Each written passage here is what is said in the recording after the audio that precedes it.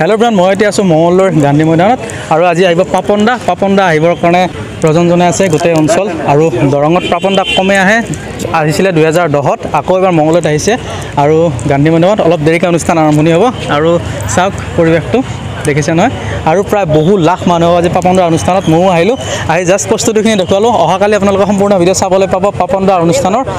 70 সংখ্যক সদৌ মঙলদৈ ৰঙালী বিহু সন্মিলনী উদযাপনৰ কমিটিৰ তৰফৰ পৰা আপোনালোকক আমি আকৌ এবাৰ আজি স্বাগতম জনাইছোঁ। যোৱা 13 এপ্ৰিলৰ পৰা আজিলৈ আৰম্ভ হৈছে আমাৰ এই 5দিনীয়া বিহু উৎসৱ।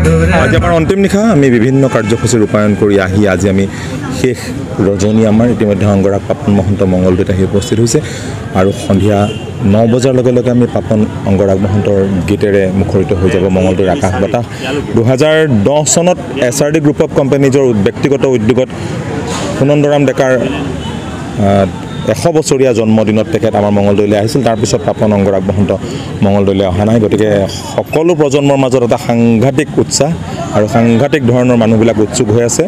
আমি 9 বজাৰ লগে লগে অংগৰাগ মহন্তৰ গীতৰ অনুষ্ঠান আপোনালোকলৈ আগবঢ়াম। আমি আশা কৰিম এই চেনেলৰ জৰিয়তে সকলোৱে উপভোগ কৰিব। বিভিন্ন ছেটেলাইট চেনেল, বিভিন্ন নিউজ পৰ্টেল সকলো আহি উপস্থিত হৈছে ইতিমধ্যে আৰু আপোনালোকে মন কৰিব আমাৰ আসনসমূহ প্ৰায় লাহে লাহে ভৰিবলৈ আৰম্ভ কৰিছে। সমগ্ৰ মঙলদৈতে আজি এক সুন্দৰ পাপনৰ সংগীতৰ অনুষ্ঠান উপভোগ কৰিবলৈ মানুহ আশাবাদী হৈ আছে।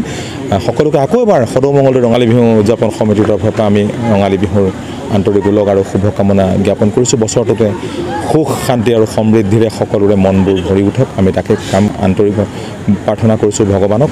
আজি আমাৰ গাভৰু বিহু, আচলতে আমি যদি 7 বিহুৰ দিন হিচাপে চাওঁ, আজি এই দিনটোত আমি আশা কৰিছোঁ অসমৰ নাৰী শক্তিৰ জাগৰণ হওক, প্ৰতিগৰাকী মহিলাক আগবাঢ়ি যোৱাত সহযোগিতা কৰক, সকলোৱে সকলোৰে অনুপ্ৰেৰণাৰ অনন্য উৎস হৈ থাকক, বহাগে সকলোলৈ নতুন প্ৰেৰণা আনক। ভূপেন দাই কোৱাৰ দৰে বিহুতি বছৰি আহিবা, অসমীয়া একে জগাবা, বিপদৰ কালতো মাহ হালধিৰে জাতিটোৰ দেহ মন ধোৱাবা। আৰু পাঞ্জলদা বহুত ব্যস্ত আছে, ব্যস্তৰ মাজতো মই অকণমান সময় দিলে থেংক ইউ ছ' মাছ। বহুত ধন্যবাদ। প্ৰগ্ৰেমৰ কাৰণে সকলো প্ৰস্তুতি সম্পূৰ্ণ। পাপন দা আমাৰ মঙললৈ আহি পাইছে, কিছু সময় পিছতে তেওঁ 9টা 9:30 পৰা প্ৰগ্ৰেম আৰম্ভণি কৰিব গান্ধী মৈদান। আৰু ইফালে আহি এটা চেল্ফি পইণ্ট বনাই আছে খুবেই ধুনীয়াকৈ, চাওক ষ্টেজটো এবাৰ আপোনালোকক দেখুৱাই দিওঁ খুবেই ধুনীয়াকৈ। আৰু এইটো হ'ল পাপন দাৰ ষ্টেজটো, দেখিছে নহয় গান্ধী মৈদামৰ পৰিৱেশ আৰু হেণ্ডছ পূৰা অলৰেডি ৰেডি হৈ আছে। পাপন দা আহিব আৰু পাৰফৰ্ম কৰিব এয়া।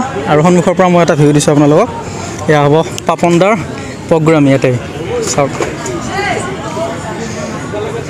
আৰু ইয়াৰ পৰা মই এবাৰ ভিডিঅ' দেখুৱাই দিছোঁ, এয়া হ'ল পাপন দাৰ প্ৰগ্ৰাম, হ'ব অলপ লাহেকৈ।